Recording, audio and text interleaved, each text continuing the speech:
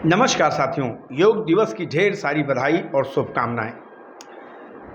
आप सभी ये मत समझिए कि योग का मतलब होता है कि नाक दबाया जाए, आसन किया जाए। ये योग के श्रेणी में नहीं आता। योग का मूल अर्थ क्या है? भगवान कृष्ण को भी योगी कहा गया। क्या वो योग करते थे? योग क्यों परम ज्ञानी थे, साहित्य संगीत के परम ज्ञानी थे, लेकिन योगी क्यों कहा गया? भगवान कृष्ण को योगी इसलिए कहा गया कि संसार ने उन्हें बार बार ठुकराया, रिश्तों ने ठुकराया, संबंधों ने ठुकराया, पट्टीदारों ने ठुकराया, राजाओं ने ठुकराया, किसने नहीं ठुकराया, लेकिन उन्होंने हमेशा जोड़ने का प्रयास किया, इसलिए वो महायोगी कहलाए। दोस्तों, गीता में भगवान कृष्ण ने कहा है कि अनन्यास चिंतन्तो माम ये नरा परिपासते तेसाम नित्याभियुक्ता नाम योगक्षेमम वहाम्यहम। योग का क्षेम करना ये हमारा प्रथम कर्तव्य है। योग क्या है अब मैं आपको बता दूं। ये प्राण इस शरीर में कैद है और इस प्राण को की सुरक्षा के लिए, इसको चलाने के लिए हमें परमात्मा ने मस्तिष्क दिया, आँख दिया, नाक दिया, कान दिया और फेफड़ा दिया, हृदय दिया, पित्ताशय दिया और आंत्र दिए, इसके अलावा लीवर दिया, किडनी दिया, तमाम अंग दिए, हाथ दिए, पैर दिए। ये योग है, प्राण के योग हैं ये। और योग जहाँ है वहाँ क्षेम की बहुत आवश्यकता है। योग क्या है? योग आप जन्मे, शरीर लेकर जन्मे, माँ मिली, आपको पिता मिला, उसकी संपत्ति मिली, भाई बंधु मिले, ये सब योग है, ये संसार का योग है। लेकिन इसके साथ क्षेम जुड़ा हुआ है। अगर जो योग मिला है उसका क्षेम नहीं कर पाए आप, तो आपके योग का कोई मतलब नहीं। फिलहाल मैं बहुत ज़्यादा योग पे तर्क नहीं करूँगा।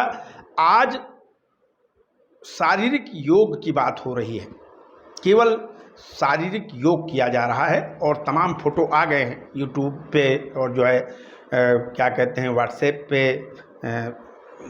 सब पे आ गए हैं, फेसबुक पे आ गए। मैंने देखा है, योग मैं भी करता हूँ और प्रतिदिन करता हूँ, लेकिन अपने सुबह के पूजन में करता हूँ। सेल्फी ले नहीं पाता हूँ, नहीं तो आज मैं भी एक फ़ोटो डाल देता। फिलहाल योग का सही अर्थ क्या है आप सुनिएगा, उसका विश्लेषण मैं करूँगा इस कविता के माध्यम से। कहना है कि सदा बहाए जो श्रम सीकर काया वही निरोगी है। हमने कर्म से मुंह मोड़ लिया और कर्म से मुंह मोड़ लिया तो जो हमें योग मिला था, भूम भवन मकान, पुत्र पत्नी, शरीर, सबको धीरे धीरे जंग लगता जा रहा है। और जो अपने शरीर के श्रम बिंदुओं को बहाता है, यानी पसीना बहाता है, उसको योग वोग की जरूरत नहीं है। एक आदमी ने एक आदमी से पूछा, एक बुजुर्ग से पूछा कि दादाजी आप सुबह मॉर्निंग वॉक नहीं करते हैं? तो उस बुजुर्ग ने कहा कि भैया मैं 10 किलोमीटर अपने बचपन में पढ़ने स्कूल पैदल जाता था, बहुत खेत गोड़ा है मैंने, बहुत भैंस और गाय के पीछे दौड़ा हूँ, मुझे बुढ़ापे में चलने का कोई शौक नहीं है, मैंने जो चलना था चल लिया। लेकिन आज के समय में 12 बजे सोना, 12 बजे खाना, 9 बजे उठना, उनके लिए वॉकिंग बहुत ज़रूरी हो गया है, उनके लिए योग भी बहुत ज़रूरी है। योग ही एक ऐसा चीज़ है जो आपको निरोग रख सकता है, बाकी कहीं से कोई उपाय नहीं है।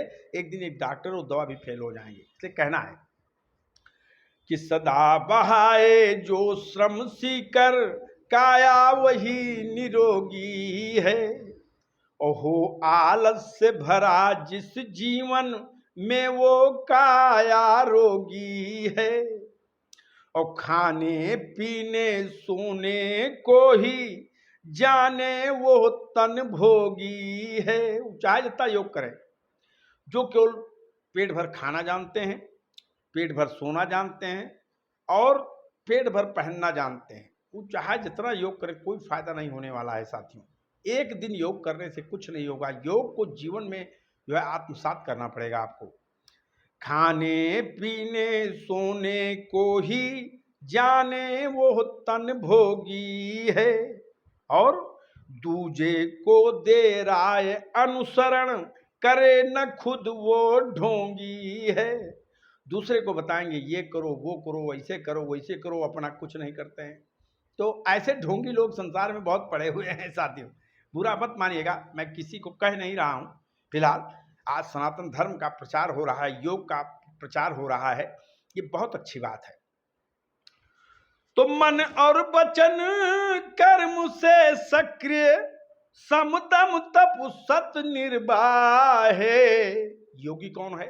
जो मन वचन कर्म से हमेशा सक्रिय रहे, अपना भला, समाज का भला और देश का भला सोचे, और सम दम और सत, सच सच्चाई हो जिसके पास, सात्विकता हो जिसके पास, जो विनम्र हो, और सारे गुण जिसके अंदर सात्विकता को हों, जिसके पास ये सारे खजाने हैं। इसलिए कहना है कि मन और वचन कर्म से सक्रिय, समदम तप सत निर्वाहे, और जो युग धर्म निभाए सबको अपनाए वो योगी है।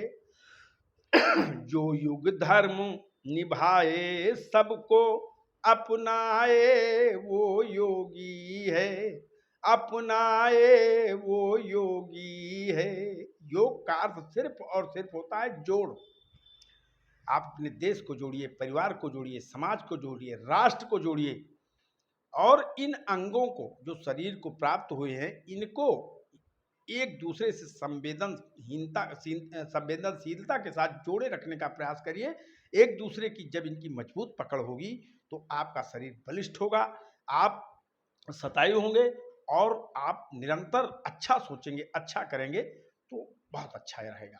जय जय सीताराम, हरि ओम शरणम। साथियों, एक बार पुनः योग दिवस की ढेर सारी शुभकामनाएं और बधाई आप सभी।